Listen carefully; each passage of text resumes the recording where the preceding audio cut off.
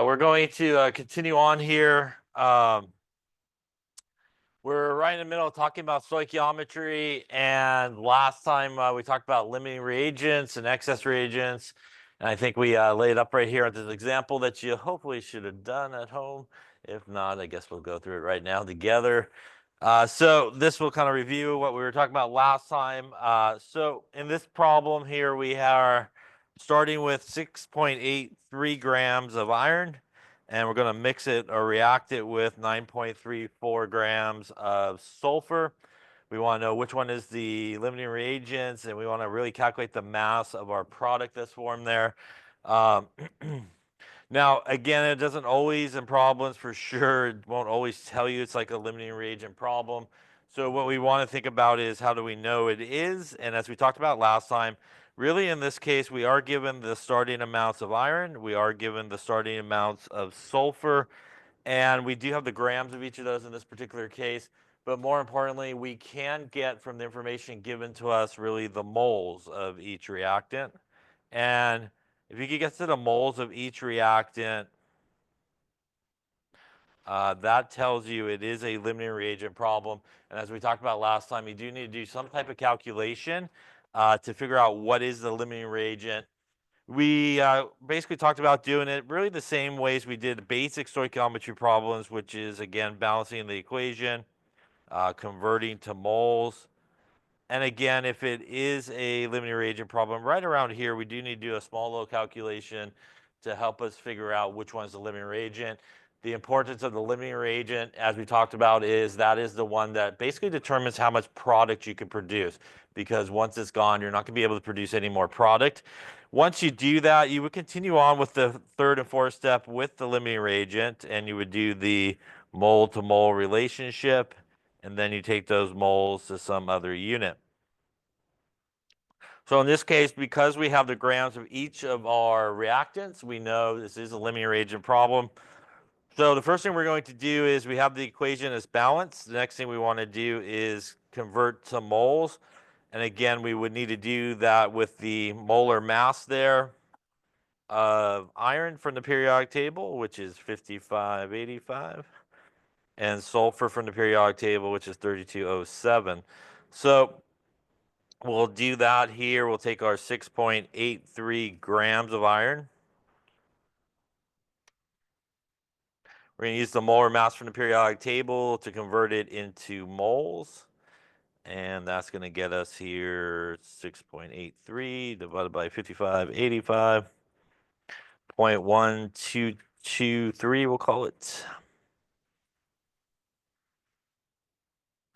We'll do the exact same thing here for our sulfur, which is 9.34 grams of sulfur, using the molar mass from the periodic table there. Thank you. 3207 moles per grams per mole. 9.34 divided by 32.07, going to get us 0.2912 moles of sulfur. Remember, this is sort of your starting amounts of each of these in moles. Now, because it is a limiting reagent problem, we do have to do a calculation, as we talked about last time. It is a calculation that you have to do to determine it. It's not always going to be the smallest number or anything like that. So you could choose, again, either reactant. So here I'm going to try to figure out how much sulfur is needed to use up all the iron. So to do this, I would take my iron that I'm starting with, 0.1223. I will then do a mole-to-mole relationship between the iron and the other reactant, which is sulfur. And from the equation, it is a 1 mole to 1 mole relationship. So 1 mole of iron from the equation would give me 1 mole of sulfur. The moles of iron will cancel, and 0.1223 moles of sulfur is needed in this case. Remember, we then want to compare it to the amount of sulfur that we started with. And in this case, we need 0.12 moles of it. We have 0.29 moles of it. So in this case, we definitely have enough. So we're plenty of it there. So because we have enough, remember, that will mean that the sulfur here is going to be our excess reagent. And by default, what that means is the iron here would be our limiting reagent. Remember, you just need to figure out one of them, and the opposite thing is happening to the other one that's present. You don't have to do the calculation for both parts. Any questions on that there? Now that we do know that the iron here is our limiting reagent, that is what we want to start with to really do the problem here. So we're going to start with the starting moles of our limiting reagent. We are then going to do a mole-to-mole relationship now between our limiting reagent, which is iron, and our iron 2 sulfide in this case. And also from the equation here, we could see it is a 1 mole to 1 mole relationship. So 1 mole of iron gives us 1 mole of our product here. The moles would cancel. At this point, if I got an answer, that would be the moles of my product, and that would be my theoretical yield in moles. But in this case, we do want it in grams, so you could either get an answer or you could just continue on with the calculation. So I'm just going to continue on with the calculation here. Moles of iron 2 sulfides on top, which means I need the molar mass from the periodic table, so I could pretty much just add these guys together there. And that's going to give me 5585 plus 3207. Give me about 8792 grams per mole from the periodic table as our molar mass of FeS. And we could use that as a conversion factor. In this case, we do want to end up with grams. So we do need to put the grams up on top and the moles of the FeS on the bottom. Those are going to cancel. Going to leave us grams, and we're going to end up with roughly 10.8 grams of FeS would be produced. This would be our theoretical yield. Question on that there. Now, another thing that we talked about last time is sometimes in these problems you are asked, for example, to figure out how much of the excess reagent is still left over. And we could do that. Actually, in our case, we actually chose correctly. We could use the calculation we did for limiting reagents. And we know that we need to use this much of the excess reagent. We have this much of the excess reagent we're starting with. So the moles of sulfur left over can be easily found by just subtracting those two numbers, the starting amount of our limiting reagent minus the amount of our excess reagent that's needed. And that would tell us here for our excess reagent that we would have roughly here about 0.1689 moles of sulfur left over. We could obviously use the molar mass of sulfur like we did earlier and convert that into grams of sulfur. And if we times that by 32.07, and we got roughly 5.42 grams of sulfur left over. Now here we started with 9.34 grams. So in this reaction, we basically use, I don't know, roughly about 4 grams, just a little under there in terms of our excess reagent. Obviously our limiting reagent, since it is the one that gets used up, we should have used pretty much all of it basically, right? Any questions on any of those steps? It is, again, basically the same 4 steps. Balance the equation, convert to moles, additional kind of stopover calculation here that I just kind of scribbled on there, right there. And then basically our third step and our fourth step, again, using the starting amounts of our limiting reagent. Any questions on any of those steps there? All right. All right, here.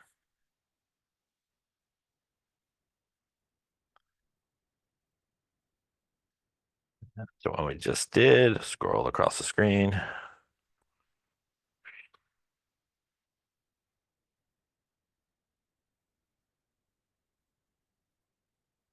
All right, so why don't you give this one a go here. We're going to start with 622.7 grams of NH3, molar mass from the periodic table 1703. are allowed to react with 1,241 grams of CO2, 4,401 grams per molar mass. What's the limiting reagent? How much product are we going to make? And how much of the excess reagent will be left over? So why don't you give it a go here?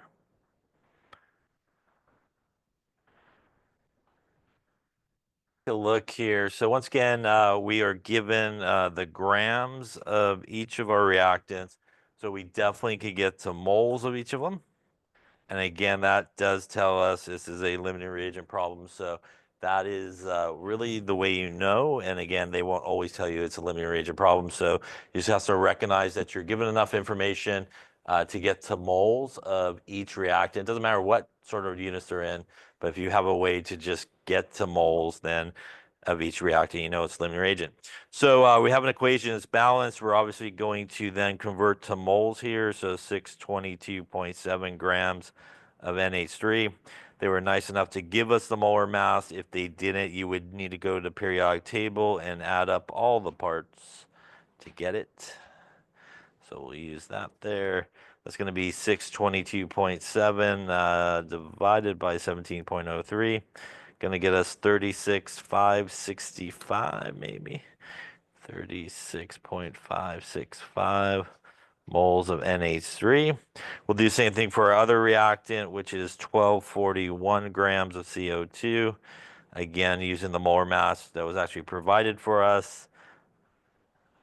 So we didn't have to go to the periodic table there. Our grams will cancel. Gonna get us here 1241 divided by 4401. 28.198 moles of CO2. Once again, you can think of that as your starting amount. We know it's a limiting reagent problem, so we need to again pick one of the reactants and figure out how much of the other one we need. So I'm going to figure out how much CO2 is needed again to use up all of my NH3. So I'll start with the moles of NH3. I'm going to then do just a really small stoichiometry calculation between NH3, which is 2, and the CO2, which is 1 from the balanced equation. So that means I get 2 moles of NH3 for every 1 mole of CO2 I put in there. The moles of NH3 cancel. 36,565 divided by 2 tells me I need 18.283 moles of CO2 is needed. Once again, we do want to check that versus how much we're starting with. And again, in this case, we have enough. I have 28 to start with. I need 18. So again, we're good on that. And that tells us that the excess reagent here is the CO2. Our limiting reagent here is going to be the NH3. Any questions on that there? Yeah.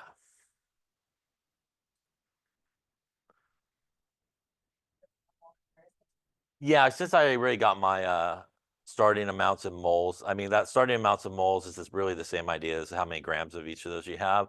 So as long as I'm comparing how many moles of CO2 I need to how many moles I'm starting with, I'm fine. If I went to grams of CO2 here, I would then have to compare it to the grams that I started with. So you have to compare same units basically to see if you have enough or not. Other questions? Okay, so now that I know that, we're again going to always continue on with the limiting reagent, which is this guy. So we'll go with our limiting reagent. We are now going to do the actual question, which is between our limiting reagent and our product, which is also a 2-to-1 relationship. So for every 2 moles of NH3, I get 1 mole of my product here. And again, the moles are going to cancel. I'm not going to get an answer because I am looking for grams. So I'm going to do the next step here all together. And moles are up on top, which means using the molar mass that was provided to us. And again, if it was not provided, you would need to go to the periodic table and calculate it. That will get rid of my moles, and now leave me with grams. And that gives me 36,565 times 6006 divided by 2. Gives me roughly 1,098 grams of our product would be produced here. And that would be our theoretical yield in this case. First off, any questions on that? Can you explain where you got number 16.06? It was from well, it was given to us in the problem, but where you would get it if it wasn't given to you problem, which is very commonly not given to you the problem, is you would have to go to the periodic table and add it up. So you would have to go there and, obviously find nitrogens at 1401, hydrogens at 1.008, carbon at 1201, and obviously oxygen at 16. So you go to periodic table and add up all the parts, basically. Yeah. I'm sorry. Yeah. So in terms of this, in terms of the molar mass for this guy, which is probably, you would have to add up all the parts. So this 2 means there's 2 nitrogens, right? 4 hydrogens, and you would need 1 carbon and 1 oxygen. Yeah. Yeah. You should always use the limiting reagent to figure out how much product did you make, because once it's gone, you can't make any more product. So that's always the most important one. And that's why we have to do that calculation. Thanks.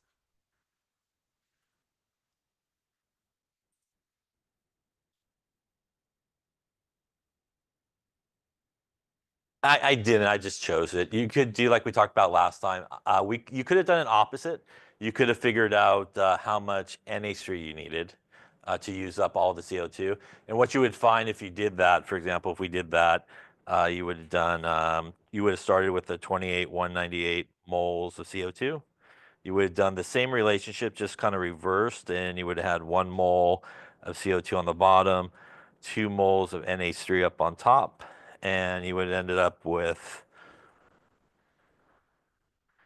about 56, 40, we'll call it, moles of NH3 is needed.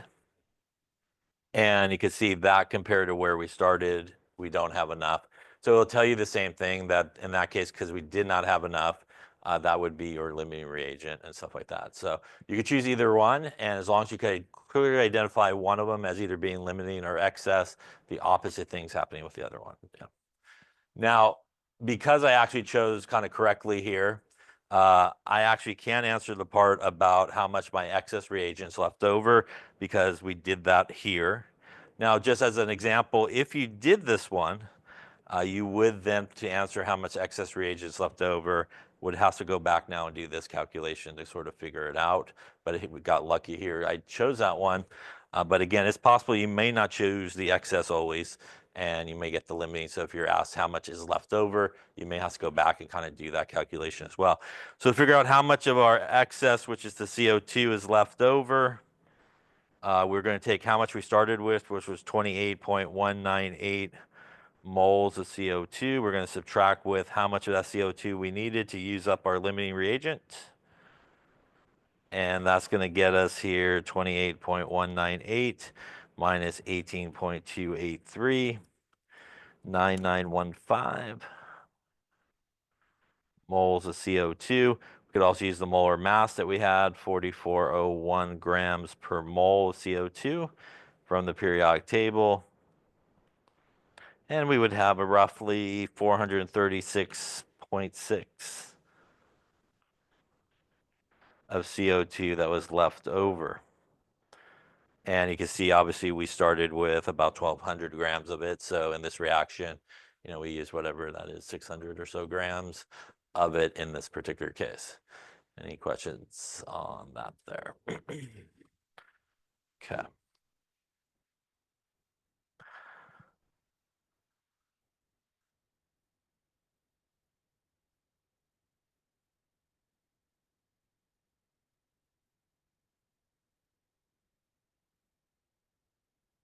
All right, then let's talk about yields of reactions, which we sort of talked about a little bit along the way here. And there are 3 different types of yields that we come across. One is the theoretical yield, and the theoretical yield is the amount of product that you should make from the balanced equation, and based on how much you're starting with of the limiting reagent. And that would be really your maximum amount of product that you can make. That would be everything went perfect. There was no side reactions. You didn't spill anything, didn't lose anything along the way. If everything went perfect, which it never does, that is technically how much product you should produce. What really happens, as you may know from doing some of the experiments we did, you get your actual yield, and the actual yield is actually what you sort of produced when you physically did the experiment. In book problems, the actual yield is usually given to you. So somewhere in there, they'll tell you, hey, you produced this much product. And what we use with each of these is usually your actual yield should be smaller than your theoretical yield. And we oftentimes will use this to calculate the percent yield. And the percent yield is the actual yield divided by the theoretical yield times 100%. Usually we want as high as possible, but usually we do not want over 100% because a lot of times that usually will mean something maybe went wrong along the way. And we don't want usually a small value. Now, when you're calculating percent yield, usually I would say the units of actual and theoretical are grams and grams, but it doesn't really matter as long as the units on top and bottom are the same. So you could do moles on top and moles on the bottom if you wanted to, and calculate the percent yield. You could do kilograms on top and kilograms on the bottom. So it doesn't really matter. I would say most of the time it's going to probably be grams and grams. But really, as long as the actual yield and theoretical yield are in the same units, you could divide them out and get your percent yield, and you'll get whatever answer you're looking for. Now, how do we get our actual yield? Like I said, that is usually given to us in the problem and book problems. In the lab, obviously, you measure out and how much you actually got. Theoretical yield could be either a basic stoichiometry problem that you need to calculate, or it could be a limiting reagent problem that you need to calculate, but it's something that you typically need to calculate based on how much you're starting with. So, for example, when you did the potassium iodide and that yellow solid, you weighed out a certain amount of grams. You could do the calculation based on how much you started with. The other day when we did the magnesium, I think it was, you could also figure out how many grams based on how much you start with, how much you would produce. All right, so why don't we try one here? If 2.4 times 10 to the 4 kilograms of TiCl4 molar mass 189.7 grams per mole reacts with 1.44 times 10 to the 4 kilograms of magnesium, molar mass 24.31. Calculate the theoretical yield of Ti in kilograms, and what is the percent yield if we produce 5.42 times 10 to the 3 kilograms. I think you have most of what you need there, except maybe TI, which is 4788, I think.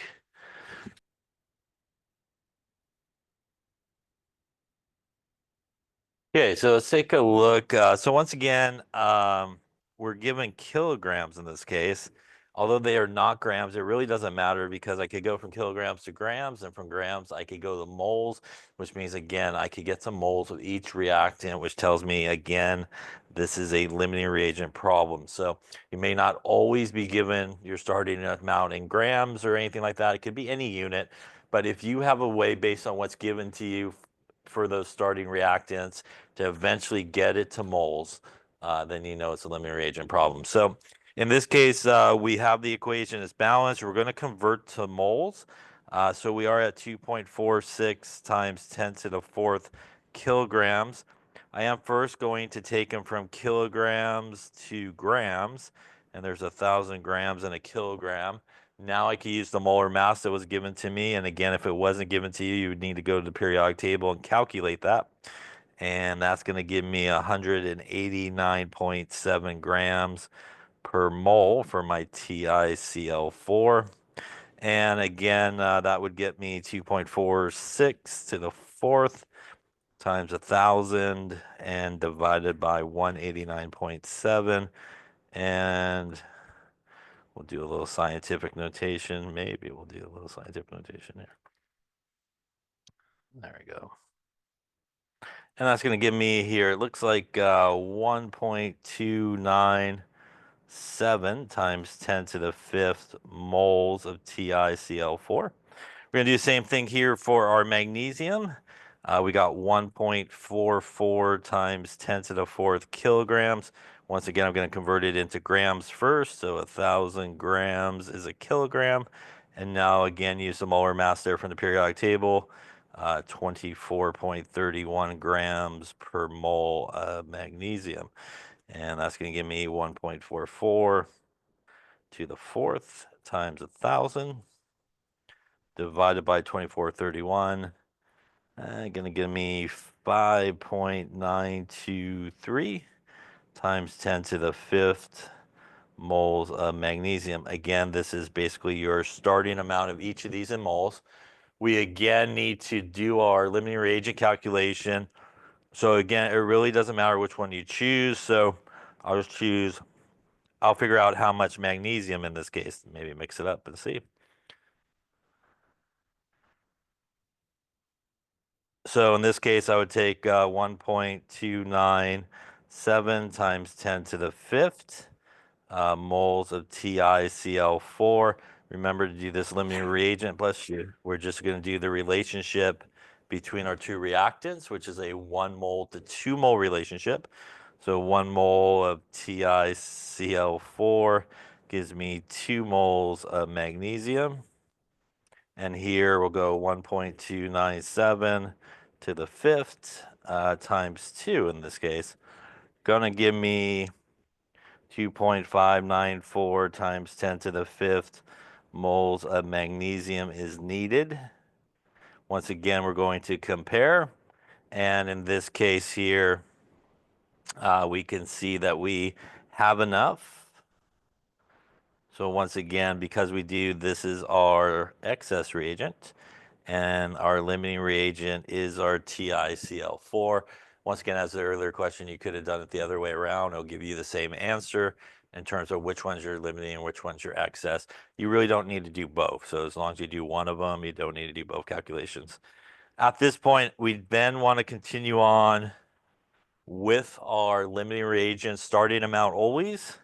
So we're going to go 1.297 times 10 to the fifth moles of TiCl4. We now can go from our limiting reagent to our product, which in this case is a 1-to-1 relationship from the equation coefficients.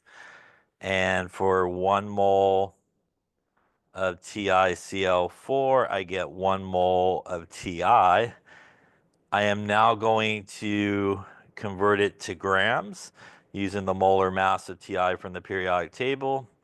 And I want grams up on top, so 4788 grams per mole of Ti. Moles of that cancel, moles of that cancel. I'm actually, in this case, going to go one more step because my actual yield is not in grams, but it's in kilograms. So remember, they need to be the same unit in order to calculate the percent yield. So I'm going to take it now from grams to kilograms. So 1,000 grams is a kilogram. That again will put my theoretical yield and my actual yield in the same units. So 1.297 to the fifth. Let's see here, times 4788 and divided by 1,000. Going to get me 6.21 times 10 to the 3 kilograms of Ti. That is my theoretical yield. And that's good because we want to calculate our percent yield, which is our actual divided by our theoretical times 100%. Actual was given to us here in the problem. And once again, it is in units of kilograms, which is why I did go to kilograms on our theoretical yield. So at this point, we just want to put our actual, which is 5.42 times 10 to the 3 kilograms divided by our theoretical that we calculated, 6.21 times 10 to the 3 kilograms times 100%. That's going to get me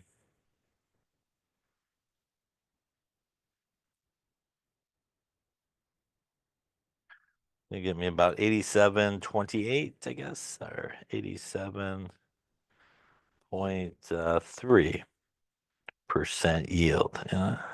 Not terrible, not too bad. Any questions on those steps there? Yeah. Yeah, ideally when you calculate percent yield, the goal is to get as high as you can, but without really going over 100. Usually if you go over 100, especially if you go over 100 by a significant amount, usually means probably something went wrong in your calculation, not or your experiment really.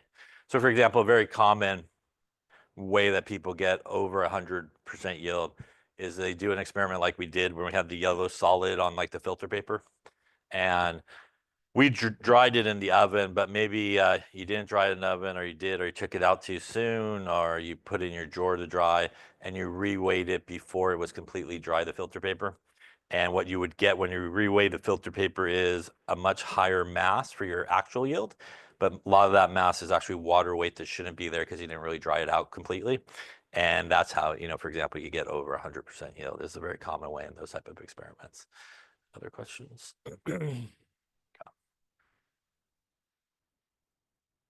All right, let's try one more here to finish it up, I think.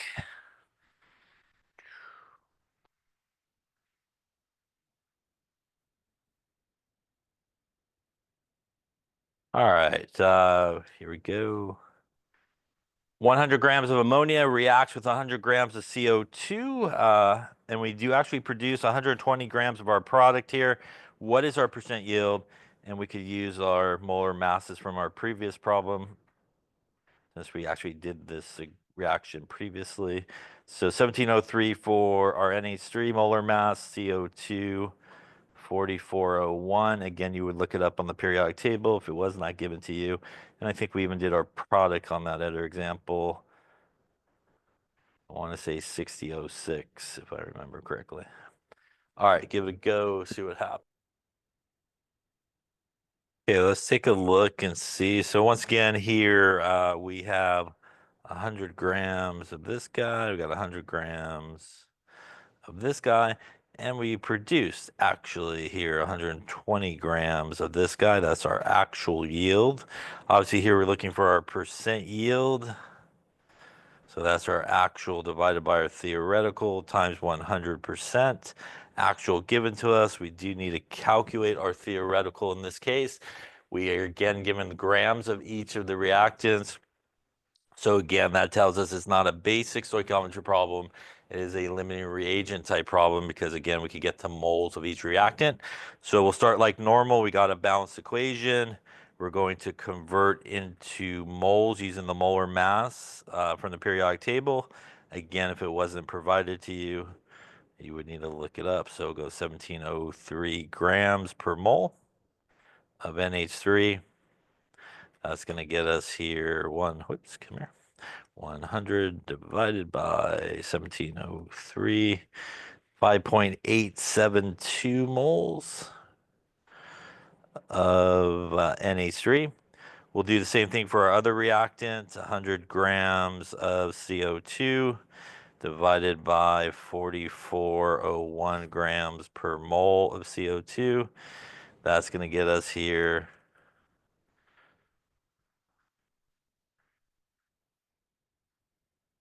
2.272 moles of CO2. Once again, this is like our starting amount. We need to do our normal sort of short little limiting reagent calculation to figure it out. Here, I'm going to again figure out how much CO2 is needed.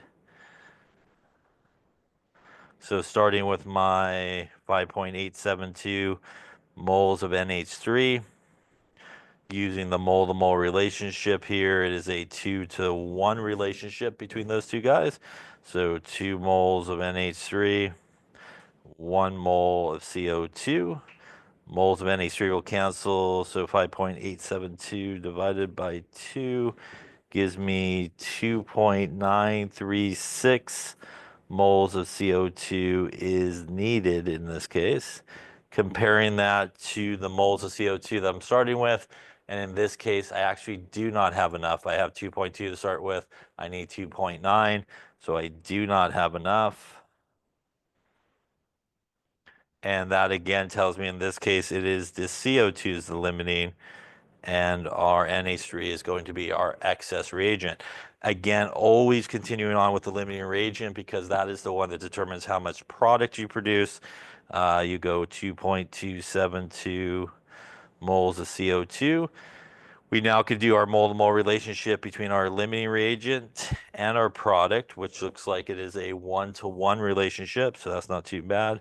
1 mole of CO2 gives us 1 mole of our product.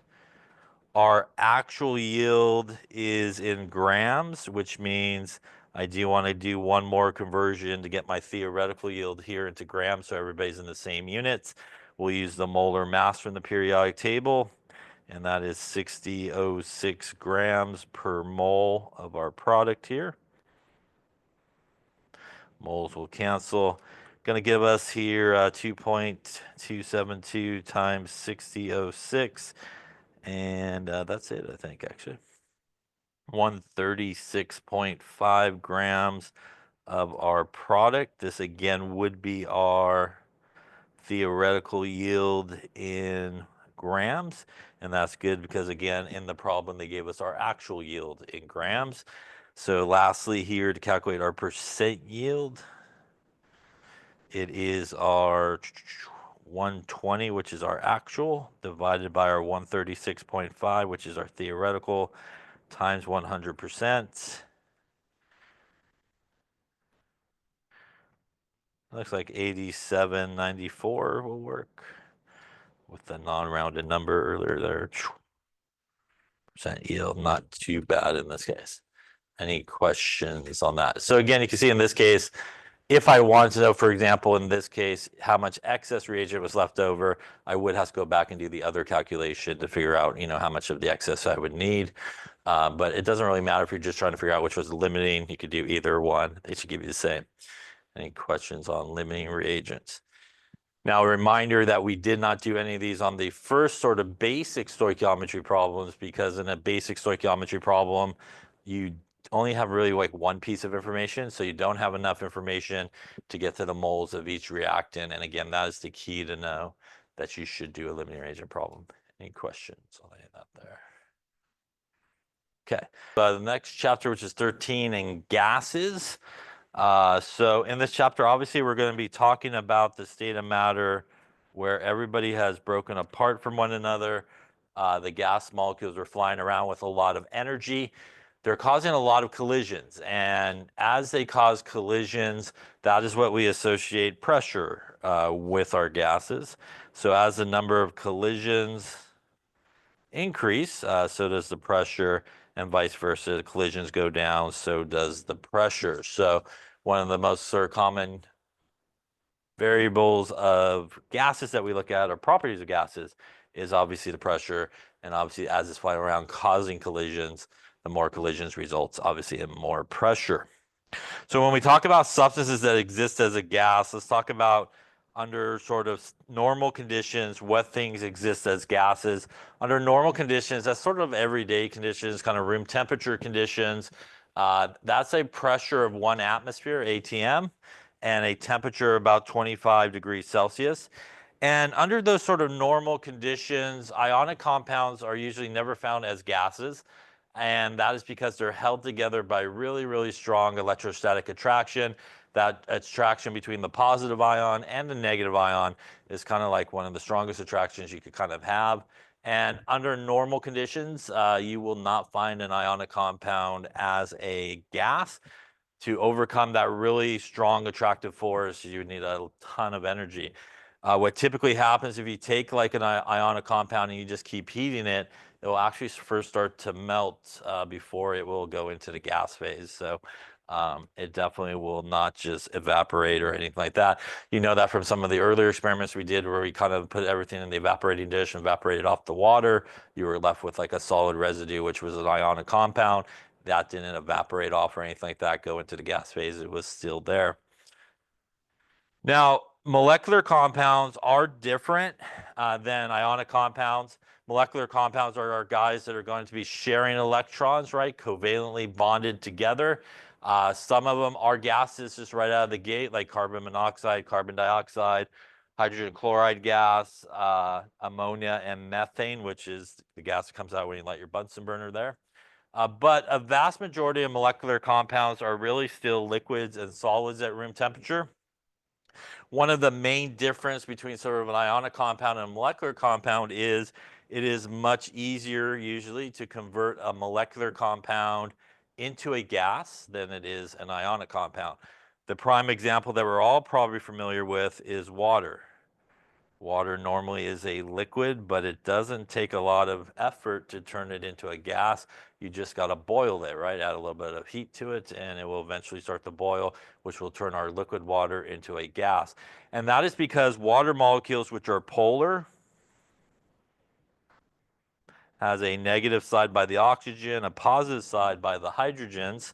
And when they are bonded together, water to water, the negative side of one is bonded to the positive side of the other through what is known as hydrogen bonding. And hydrogen bonding is a very, what is referred to, strong intermolecular force. And an intermolecular force is the force that holds one entire, for example, water molecule together with another water molecule. So it's basically the force that holds one molecule together with another.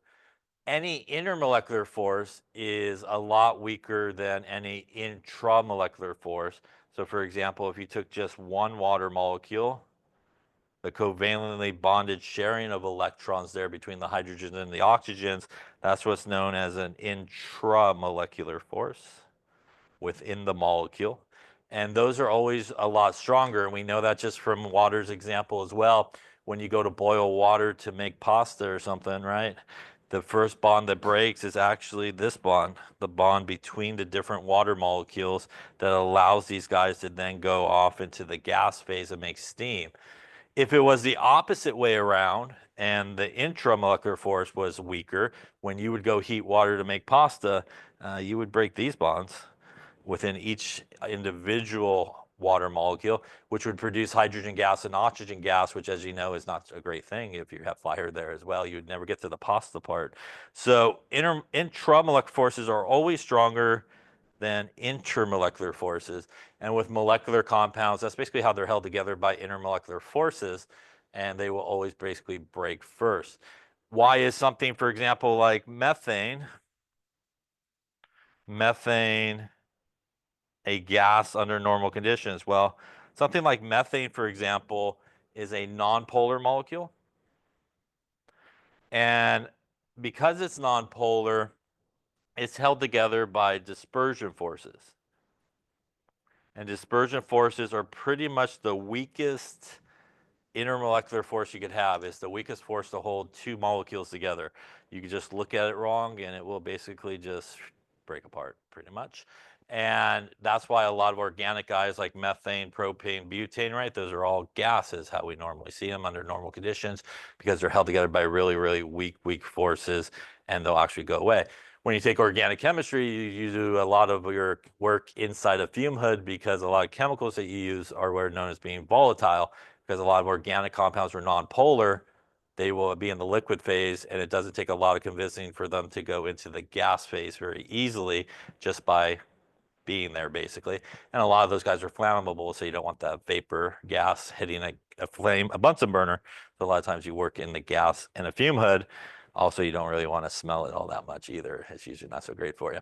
So in general, if the attractive force between one molecule and itself, basically two molecules of the same thing, are very weak, then it's probably a good chance it's going to be in the gas phase under normal conditions.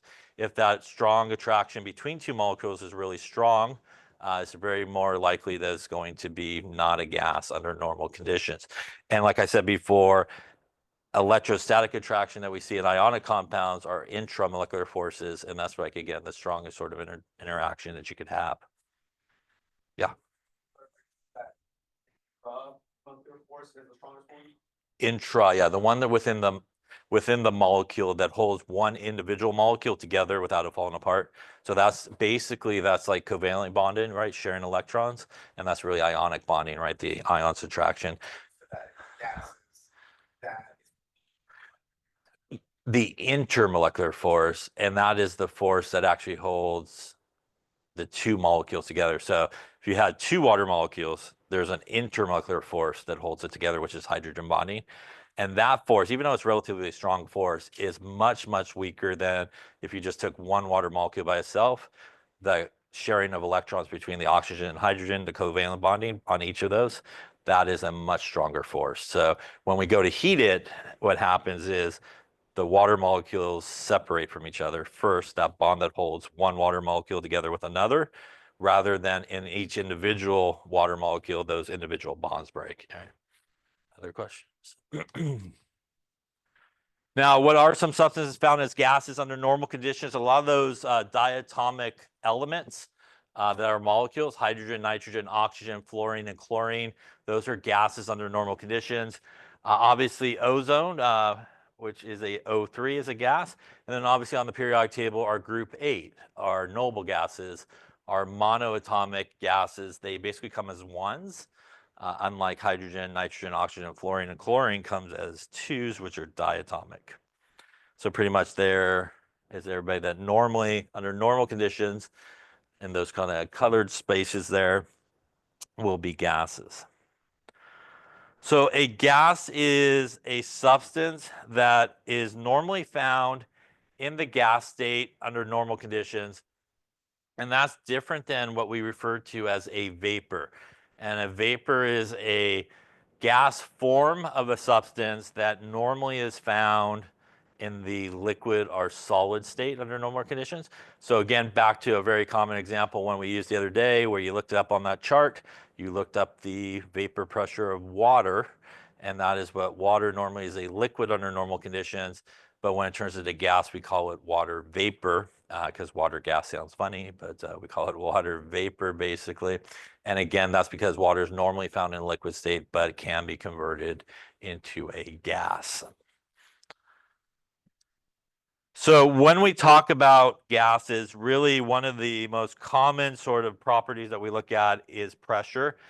And we do live at the bottom of the ocean where air is mainly nitrogen and then oxygen, by the way, in case you're curious, and then other gases as well, depending on what air you're breathing, I suppose, and where you're at that point as to what's floating around in there. The density of air does decrease rapidly as we have an increasing distance from the Earth. And one of the most measurable properties, as I mentioned, is pressure. And as I mentioned earlier, it is related to the number of collisions that is happening. So again, as those collisions increase, we do expect to see an increase in the pressure. As collisions start to go down, we also would expect to see the pressure drop down as well. Now, one of the ways that we measure pressure is through a barometer.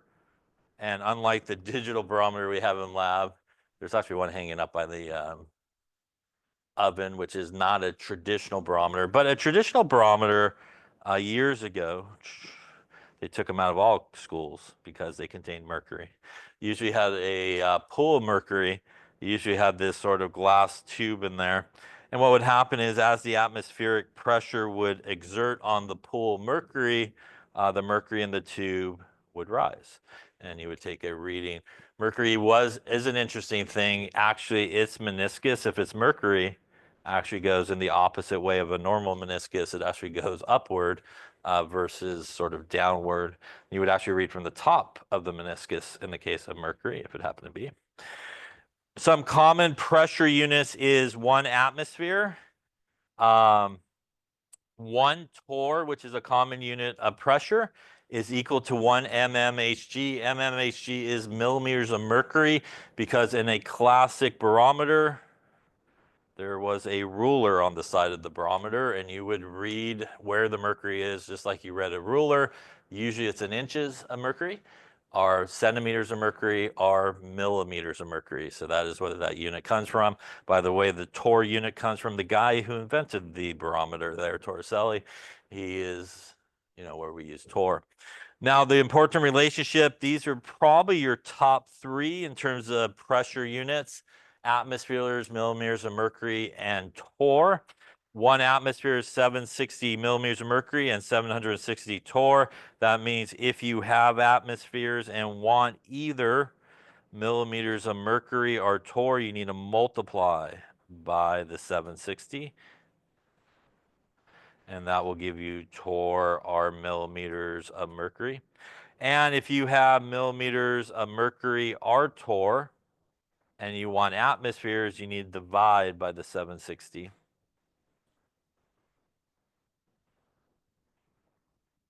and that will give you atmosphere. There definitely are other pressure units that we come across. There are PSI, which is pounds per square inch, 14.7 equals an atmosphere. There are pascals, there are kilopascals, and there are bars. A bar is a unit of pressure. Basically, a bar and an atmosphere is pretty close to each other. It's like 1.01 to 1, with the conversion between it, so it's very, very close to one another. Any questions on that there? All right, we're going to lay it up there, I think.